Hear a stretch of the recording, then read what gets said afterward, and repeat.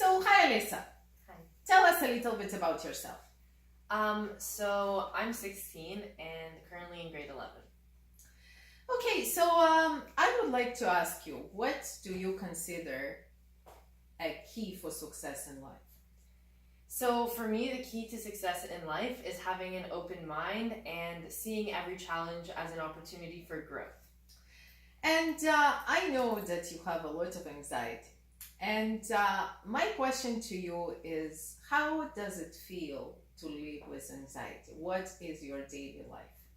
So this is a very two-sided question, I feel like, because having anxiety is very scary yet rewarding at the same time. Because whenever you approach any challenge, even a small one, you see it as if you're standing at the bottom of a mountain, and it scares you. But once you overcome that challenge, it's as if you've climbed this mountain and now you're looking at this beautiful view, and it's the most rewarding feeling. I love your analogy, that's for sure. Now, my question to you, I'm sure over the years you have your own coping mechanism. So, what would be your coping mechanism with anxiety? So I would say that everyone has their own coping mechanisms, and over time you kind of find the ones that work best for you. So for example, for me, taking deep breaths before any challenges, or spending time with my family and spending less time on technology really helped me with my anxiety, because it's something that calms me down and finds peace. So, what happens? So, when you face a challenge, what are some of the thoughts that come to your mind? So since this happens pretty often, I've kind of taken control of it and have the ability to realize and see what I have to do. So every time I come to a challenge, I kind of make a game plan in my head and find a way to attack it in the way that is helpful for me and that I will be able to deal with. So, what can be some of the examples of anxieties that you used to have or you have right now? So some examples of anxieties that I used to have would be like clowns, balloons, policemen, and all of these things. They may seem ridiculous now to me, but at that time when I was younger, they used to be the biggest deal to me, and they would scare me so much. But over time, I have learned how to deal with it, and that, it's not such a big deal. And those are some of the things that I've overcome. And what about now? Do you still have anxieties right now? So, of course, I still have anxieties right now. And it's mostly things like talking to new people, test anxiety, presenting in front of others, things like that. And how do you look at those anxieties now? So, let's say if you need to speak with someone on the phone or you need to approach someone, what would be your plan of action? So, my plan of action, usually what I do is I take deep breaths, and then I would kind of admit to myself what I'm feeling. So if I was on the phone talking to someone, I would say to myself, I'm really nervous and I'm stressed to talk to this person. And that kind of normalizes the whole thing for me and puts me more in control of my own emotions. What about practicing? I know that many times you practice, so before presentations or before a phone call.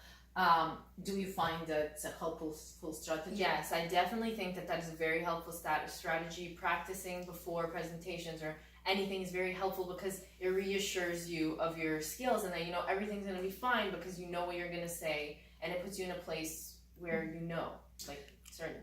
Now, is running away from those challenges or activities that trigger your anxiety, is it one of the options that you have? Definitely not. That is definitely not an option.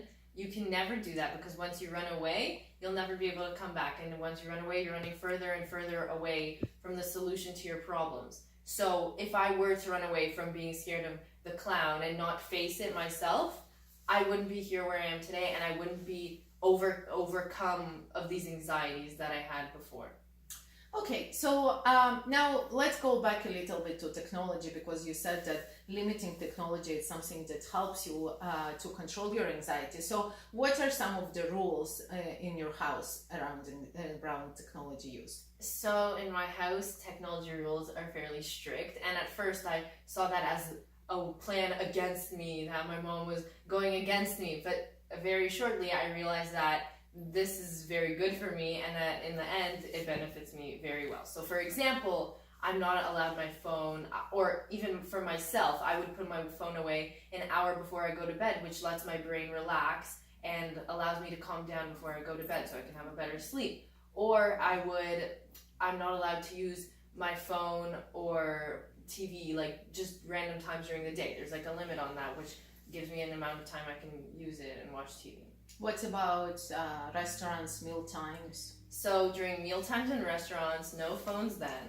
And even for myself, I found that's very important because one of the greatest coping strategies for me against anxiety is spending time with my family. And if I'm on my phone during the restaurant and during meals, then how am I getting that coping strategy? So in the end, it all ties together, and the strict rules at home really help with my anxiety.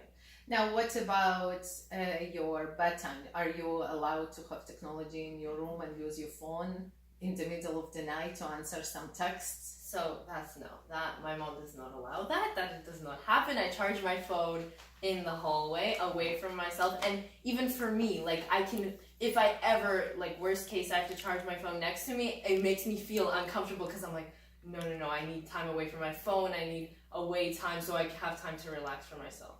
Sounds very good, but do the same rules apply to other members of your family? Would your parents sit with their phone during mealtime?